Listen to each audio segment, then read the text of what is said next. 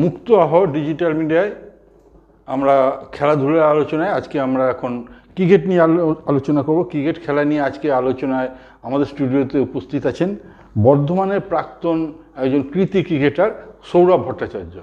উনি যেমন কম বয়স থেকেই ডিউস বলে ক্রিকেট খেলেছেন, পাশাপাশি উনি টেনিস ক্রিকেটেও আমাদের জেলা এবং জেলার বাইরে অনেক জায়গায় অনেক টুর্নামেন্টে খেলেছেন।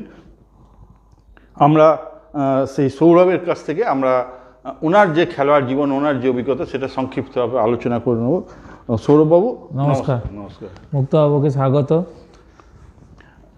আপনার কাছে যেটা প্রথম প্রশ্ন, আপনি এই যে ক্রিকেট খেলাটা আপনার শুরু হয়েছিল কীভাবে ছোটোবেলায়? খুব ছোট্টবেলা থেকেই আমাদের বাড়িতে খেলার একটা পরিবেশ ছিল। আমার বাবার একটা বর্ধমানে ফার্স্ট ডিভিশন ক্রিকেট টিম ছিল, ডিএসএস, দিলীপ স্মৃতি সংঘ, এখনও বর্তমানে ফার্স্ট ডিভিশন লিগ খেলে। তো তখন ডিএসএসের প্র্যাকটিস আমাদের বাড়ির পাশেই রানী স্কুলের মাঠ আছে, সেই মাঠে প্র্যাকটিস হতো। আমরাও ছোট থেকে ওই মাঠেই খেলতাম। ওটা ডিউস বলে প্র্যাকটিস হতো? ডিউস বলে প্র্যাকটিস হতো। ওদের প্র্যাকটিস শেষ হওয়ার সময় যখন হতো তখন আমরা একটু বল টল করতাম, ব্যাট করতাম, ডিউস বল নিয়ে খেলতাম। এইভাবেই ওখান থেকে আমাদের ইন্টারেস্টটা গ্রো করেছে বেশি ওখান থেকে। বলতে গেলে আপনার বাবার যে কাজল ভট্টাচার্য, ওনার উৎসাহী প্রথমে আপনার ক্রিকেট খেলাটা শুরু? হ্যাঁ, কারণ আমার ঘরেতেই তো ডিএসএসের সমস্ত কিটস রাখা থাকতো, ক্লাবের সমস্ত ব্যাট, প্যাড, উইকেট, বল, ম্যাট। প্র্যাকটিসে তখন ম্যাটে প্র্যাকটিস হতো, এখন যখন টার্ফ উইকেটে খেলা হচ্ছে, তখন তো বর্ধমান লিগ খেলা হতো ম্যাটে। তখন সেই নেট সব কিছু আমাদের বাড়িতেই রাখা থাকতো। ওদের সপ্তাহে 2 দিন 3 দিন প্র্যাকটিস হতো, বাদ বাকি দিন আমরা ওই ব্যাট বল নিয়ে রানী স্কুলের মাঠে নিজেরাই প্র্যাকটিস করতাম। আপনার প্রথম সেইভাবে পুরোপুরি যে কোনো প্রতিযোগিতামূলক খেলা, এটা কীভাবে শুরু হয়েছিল? প্রতিযোগিতামূলক খেলা শুরু হয়েছিল ফার্স্টে আমার যখন 11 বছর বয়স ছিল। আমি একটা আন্ডার 16 ট্রায়ালে গিয়েছিলাম, ডিস্ট্রিক্ট ট্রায়ালে। কোন ক্লাসে পড়তেন? 11 বছর বয়স, তখন কোন ক্লাস হবে, 5, 6। কোন স্কুলে? বর্ধমান রাজ কলেজ স্কুলে পড়তাম। তো তখন খুবই ছোট ছিলাম, ভালো ব্যাট করেছিলাম, কিন্তু যেহেতু হাইট খুব শর্ট ছিল, হ্যাঁ, সেরকম চেহারা ছিল না বলে তারা বলেছিল নেক্সট টাইম আসো। ঠিক আছে। তো সেই সময় খুব দুঃখ পেয়েছিলাম, বাড়িতে একটু কান্নাকাটিও করেছিলাম। ঠিক তার পরের বছরই আবার আন্ডার 16 ট্রায়ালে যাই এবং বর্ধমান ডিস্ট্রিক্ট টিমে আন্ডার 16 ফার্স্ট আমি চান্স পেয়ে ডায়মন্ড হারবার খেলতে গিয়েছিলাম। সেখানে ওই যে ছোটোবেলায় কোনটা বেশি ব্যাটিং না বোলিং, কোনটার উপর তখন? ব্যাট করতেও ভালো লাগতো, বল করতেও ভালো লাগতো। কারণ ক্রিকেট খেলাতে ধরুন T20 বলুন, তখন আমরা T20 খেলেছি, কি 40 ওভারে খেলা হতো আমাদের লিগ খেলাগুলো। সেখানেও ব্যাট করার পরেও বলও করতে হবে, এরকম মানসিকতা ছিল। ব্যাট বল দুটোই করতাম, ওপেনই করতাম। ব্যাটে লেফট হ্যান্ড ব্যাট করতাম, ওপেন নামতাম, বলও করতাম, পেস বল করতাম। স্কুলের যে ছাত্র অবস্থায় খেলা, সেইটা কীরকম ছিল? আর ওইটা তো দারুণ ইন্টারেস্টিং ছিল, খুব ভালো লাগতো। স্কুলের হয়ে খেলতে খেলতে স্কুল ডিস্ট্রিক্ট যখন খেললাম, স্কুল ডিস্ট্রিক্ট থেকে ইন্টার ডিস্ট্রিক্ট খেলা হলো, ওখান থেকে ন্যাশনাল টিমে চান্স পেলাম, ওয়েস্ট বেঙ্গল রিপ্রেজেন্ট করলাম। কোথায় খেলা হয়েছিল সেটা? দিল্লিতে খেলা হয়েছিল আমাদের, ফিরোজ শাহ কোটলাতে তখন ইনঅগারেশন হয়। তখন দিল্লির সিএম ছিলেন শিলা দীক্ষিত, অন্যরা সব এসেছিলেন। কত সাল হবে সেটা? ওটা 2000 সালে। আচ্ছা, ওই খেলা কী রকম হয়েছিল? ওই খেলা ফার্স্ট আমাদের খেলা হয় রাজস্থানের সাথে। রাজস্থানকে আমরা ওই খেলাতে বিট করি। দিয়ে সেকেন্ড খেলা ছিল উত্তরপ্রদেশের সাথে। উত্তরপ্রদেশের কাছে ওয়েস্ট বেঙ্গল টিম হেরে যায়, আমরা হেরে যাই।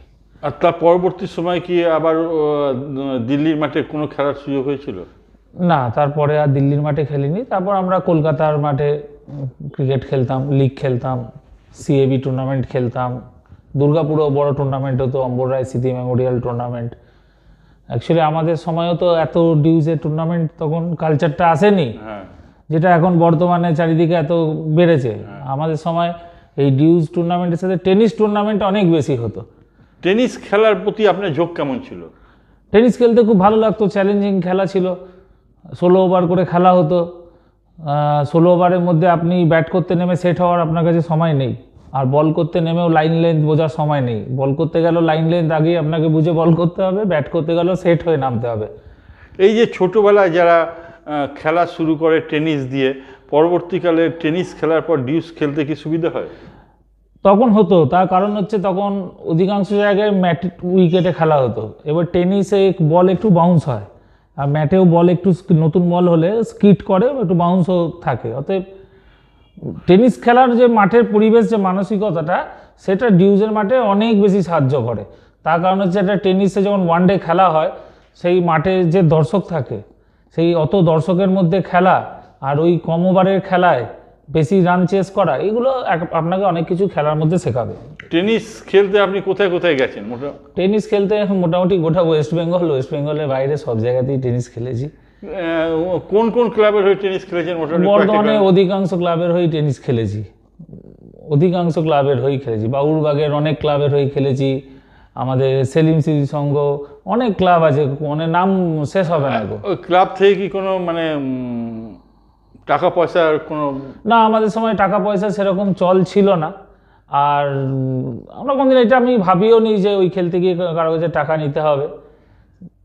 আর এখন যেটা বর্তমানে যে কোনো প্লেয়ার খেলতে গেলেই সে মানে প্রফেশনালিজমটা এখন অনেক বেশি চলে এসছে ক্রিকেটে। আমাদের সময় সেটা অত ছিল না। চ্যাম্পিয়ন হলে যে মানিটা পাওয়া যেত, এটা নিয়ে একটা পিকনিক। টেনিস যখন খেলতেন তখন আপনার সঙ্গে কারা খেলতো? টেনিস যখন খেলতাম তখন আমাদের সাথে সুরজিৎ হালদার ছিল, অনুরাগ গুপ্তা ছিল, অনেকেই ছিল, তারা সবাই খেলতাম। পল্লব বিশ্বাস। আর আমাদের থেকে একটু সিনিয়র ছিল পল্লব বিশ্বাস। পল্লব বিশ্বাসের কাছেও ও ছোটোবেলায় আমাকে অনেক খেলা শিখিয়েছে। ও ডিএসএসের ফার্স্ট ডিভিশন লিগ খেলতো টেনিসের। পল্লব বিশ্বাস বর্ধমানের একজন নাম করা প্লেয়ার ছিল, বর্তমানেও পশ্চিমবঙ্গে তাকে টেনিস ক্রিকেটার হিসেবে সবাই চেনে। আর টেনিস যে আপনারা খেলতেন সেই সময়, আপনাদের সময় কি নাইট ক্রিকেট হতো? হ্যাঁ, আমাদের সময় ডে নাইট ক্রিকেট ছিল, নাইট ক্রিকেট ছিল। আমরা খেলেছি, রানার্স হয়েছি, চ্যাম্পিয়ন হয়েছি অনেক জায়গায় খেলেছি আমরা। যেমন আবার গলি ক্রিকেট একটা এসেছিল মাঝে, দুর্গাপুরে আমরা খেলতে গিয়েছিলাম গলি ক্রিকেট, ওটা নাইটই হয়েছিল পুরো।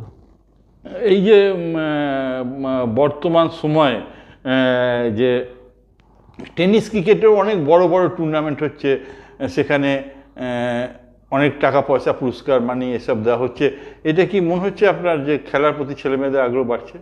হ্যাঁ, অবশ্যই বাড়ছে।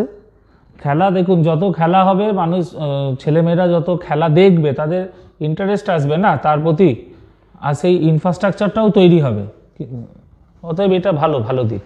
আইপিএল শুরু হয় কি ভারতের ক্রিকেট খেলার মান বেড়েছে বা ক্রিকেট অনেক বেড়েছে। আইপিএল শুরু হওয়াতে ক্রিকেটটা যে একটা অ্যাথলেটিক, প্রত্যেকটা প্লেয়ারকে ব্যাট বল ফিল্ডিং, উইকেট কিপারকেও ব্যাট করতে হবে।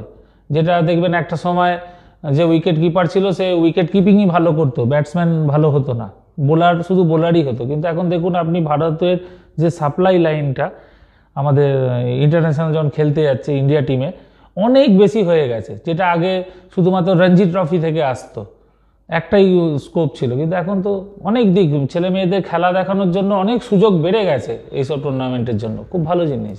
একদিনের ক্রিকেটটা আর টি-20 আর টেস্টের মধ্যে আপনি বলছেন একদিনের ক্রিকেটটা আপনার খেলতে ভালো লাগতো, তা কেন? এটা কি আপনার এখনকার সময় দেখতেও বেশি ভালো লাগে?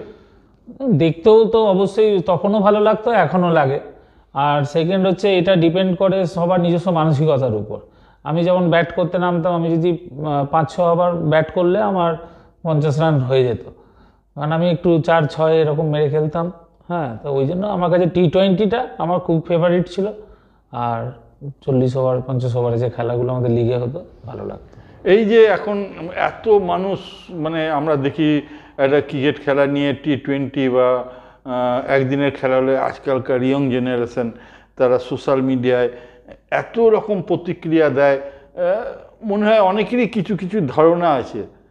তা এখনকার সময়ে কি ছেলে মেয়েদের মধ্যে ক্রিকেট নিয়ে উন্মাদনাটা বেড়েছে? অবশ্যই বেড়েছে। ক্রিকেট, ভারত মানে এখন ক্রিকেটের উন্মাদনার দেশ গোটা পৃথিবীর মধ্যে, এটা বরাবরই আছে। আরও সোশ্যাল মিডিয়ার কমিউনিকেশন অনেক ভালো হয়েছে। ওই জন্য একটা ভালো প্ল্যাটফর্ম পাচ্ছে নিজেদের মতামত জানানোর জন্য, তাই জন্য তারা নিজেদের সকলেই নিজের মতামত শেয়ার করছে, ভালো জিনিস। এখন যে আমরা আমাদের ভারতীয় যে টিম, এই টিমে আমরা দেখলাম যে আমাদের ভারতের যে বিদেশ সফর, সেই বিদেশ সফরে দেখা গেল যে বোলাররাই কিন্তু আমাদের ভারতীয় টিমকে টানলো, ব্যাটসম্যানরা সেভাবে সফল হয়নি। বিশেষত যে আমাদের খুবই বিখ্যাত আন্তর্জাতিক দুজন ব্যাটসম্যান, আমাদের ক্যাপ্টেন রোহিত শর্মা এবং বিরাট কোহলি, যাদের গোটা বিশ্বের বোলাররা সমীহ করে, তারা কিন্তু এই টেস্ট ম্যাচে সেভাবে রান পায়নি এবং এটা একটা সোশ্যাল মিডিয়ায় অনেক রকম সমালোচনা হচ্ছে এই নিয়ে। তা অনেকে আবার মতামত দিচ্ছেন এবার ওদের অবসর নেওয়া উচিত। এই ব্যাপারে আপনার যদি কিছু মতামত থাকে। এই ব্যাপারে এটাই তো ক্রিকেট, এটাই খেলা। সবসময় ফর্ম সবার সমান থাকে না, সবসময় সমান যায় না। এবার এই কথাগুলো হওয়ার অনেক রিজন আছে। একটু আগে আপনিই বললেন আইপিএলের মতন প্ল্যাটফর্ম আজকে ইন্ডিয়াতে আছে, অনেক ভালো ভালো প্লেয়ার ওয়েট করছে, ওয়েটিং লিস্টে আছে। হ্যাঁ, ওদের জায়গায় এরা এখন আসতে পারে, তারা নিজেদের খেলা দেখানোর সুযোগ পেতে পারে। এবার এই অবসরের ব্যাপার, তারা অনেক বড় প্লেয়ার, ভারতের টিমের জন্য অনেক বড় বড় ওনাদের আছে, মানে পারফরমেন্স দিয়েছে আগে। তো সেই বিষয়টা তারা ভালো বুঝবেন। আর তারাও হয়তো এটাও ভাবতে পারেন যে আগামী দিন আবার ডোমেস্টিক ক্রিকেট থেকে খেলে, আইপিএল খেলে আবার ফর্ম নিয়ে ব্যাক করবেন। এটা তাদের সম্পূর্ণ নিজের। আমাদের ভারতের যে ক্রিকেট, আপনার মানে সব থেকে পছন্দের ব্যাটসম্যান কে? আমার তো বিরাট কোহলিকে খুব ভালোই লাগে, রোহিত শর্মা, বিরাট কোহলি ভালো লাগে। আর বোলার কাকে যদি বলা হয় আপনার পছন্দের বোলার? বোলার বলতে আমার একটু পুরনো সময়ের বোলারকেই একটু বেশি ভালো লাগে। আমি সবসময় মানে ভারতের না, আমার পছন্দ অস্ট্রেলিয়া টিমের গ্লেন ম্যাকগ্রাথ, আমার মানে সারা জীবনের পছন্দের বোলার গ্লেন ম্যাকগ্রাথ। একটা টিমে মানে বলে একটা ক্যাচ একটা টিমের মানে হার জিত পরিবর্তন করে দেয়। তা আপনি যখন খেলতেন আর এখন যে ভারতীয় টিম, এখন ফিল্ডিং কি মানে কিছু চেঞ্জ হয়েছে? না, এইটাই ক্রিকেট। ক্রিকেট একটা বলেরই খেলা। একটা বলে হয় আপনি সেই ক্যাচটা ধরে নিলে, যে টিমটা ব্যাট করছে সে হেরে যাবে। আবার সেই একটা বলেই এই ক্যাচটা মিস করে দিল, সেই ব্যাটসম্যানটা সেঞ্চুরি করে বেরিয়ে যাবে। বোলিং ব্যাটিং, এই জন্যই ক্রিকেটকে সবসময় বলা হয় এক বলের খেলা। বোলিং এবং ব্যাটিংয়ের পাশাপাশি ফিল্ডিংয়ের গুরুত্ব কতটা? ফিল্ডিংয়ের গুরুত্ব অনেক বেশি। ফিল্ডিংয়ের গুরুত্ব সব থেকে বেশি থাকে ম্যাচে। তাই জন্য আপনি এখন দেখবেন প্রত্যেকটা টিম, আপনি যদি ডোমেস্টিক ক্রিকেট দেখেন, ইন্টারন্যাশনাল ক্রিকেট দেখেন, সব জায়গাতে দেখবেন যে আগের থেকে এখন ক্রিকেট শুধু না, ক্রিকেটের সাথে অ্যাথলেটটা ঢুকে গেছে। একটা ভালো ব্যাটসম্যানকে ভালো রানার হতে হবে, সে একটা সামনে ডিফেন্স করে সেটা রান নিয়ে নিচ্ছে। কিন্তু আপনি যদি বিগত 20 বছর 25 বছর আগেকার খেলা দেখেন, সেখানে কিন্তু আপনি সেগুলো দেখতে পাবেন না। এগুলো কি আইপিএলের জন্য? এগুলো অবশ্যই আইপিএলের জন্য এগুলো হয়েছে, তার সাথে এত সোশ্যাল মিডিয়া, এত প্ল্যাটফর্ম, এইগুলো আরও তারা ফোরকাস্ট হয়েছে, এগুলো সব কিছু মিলিয়ে মিশিয়ে রয়েছে। আপনার খেলোয়াড় জীবনে আপনি যাদের সঙ্গে খেলেছেন বা যাদের খেলা আপনি দেখেছেন, তাদের মধ্যে আপনার পছন্দের যদি এক দুজনের নাম বলতে হয়, কাদের নাম বলবেন? সেটা আমরা যাদের সাথে খেলেছি তার মধ্যে আমাদের সময় আমরা যখন বাংলা টিমে খেলেছি, তখন রেস্ট অফ ইন্ডিয়াও খেলেছিল, একসাথে ছিলাম টিমে। শুভজিৎ পাল, যেমন আপনি এখন এই বিরাট কোহলির ব্যাট আমরা দেখি, শুভজিৎ পাল সেম ব্যাট করতো, দারুণ ব্যাটসম্যান ছিল। আর ইস্টার্ন ডেলে একজন খেলতো, বিশ্বনাথ বাবু, দারুণ ব্যাট ছিল, ওপেন করতো। এই দুটো ব্যাট আমার খুব ভালো লাগে। আপনি বর্ধমানে এখন অনেক ক্রিকেট একাডেমি হয়েছে বিভিন্ন জায়গায়, আপনি যদি আপনার ডাক আসে সেখানে ছোটদের ক্রিকেট খেলা শেখানো, বল বা বোলিং, আপনি কতটা সহযোগিতা করবেন? এরকম যদি ডাক আসে আমি তো নিজেকে সৌভাগ্যবান মনে করব। নিশ্চয়ই আমি আমার কাজের বাইরে সময় বার করে খেলার মাঠে যেতে কার ভালো লাগে না, চেষ্টা করব আমার সাধ্য মতন সেই একাডেমির সাথে যুক্ত হওয়ার। ধন্যবাদ। আমরা ধন্যবাদ। প্রাক্তন ক্রিকেটার সুরভটের কাছ থেকে আমরা জানলাম খেলার কথা। আগামী দিনে নিশ্চয়ই ওনাকে নিয়ে আবার আমাদের স্টুডিওতে আলোচনা করব। নমস্কার। নমস্কার।